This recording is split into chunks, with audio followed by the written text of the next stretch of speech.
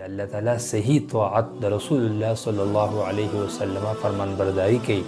الله تعالی د دې انسان سره محبت د معاشرې او د خلقو د نورو مؤمنانو په زړونو کې اچوي. نورو مؤمنانو په زړونو کې د انسان عزتمن ښکاري، ځکه چې الله رب العالمین فرمایي ان الذين آمنوا وعملوا الصالحات سيجعل لهم الرحمن ودا.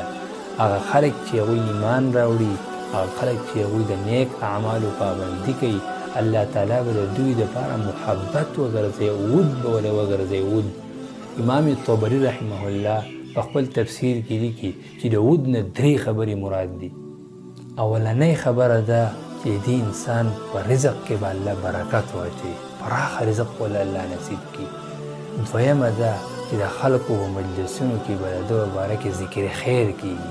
کله چې په مجلس کې د ذکر راځي نو خلک به په خیر یادوي، خلک به په ښه یادوي، د بد به څوک نه یادوي.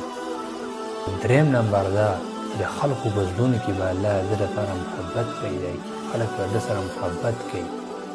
تفسیر خازن کې حرم بن حیان رحمه الله فرمایي چې کله یو مؤمن بنده په انتهایی یکسویۍ سره خپل رب ته متوجه شي نو الله تعالی د دې متوجه کېدو په نتیجه کې د خلکو زړونه د طرف ته متوجه کړي، د خلکو په زړونو کې د سره محبت پیدا کړي، شفقت او احترام پیدا کړي.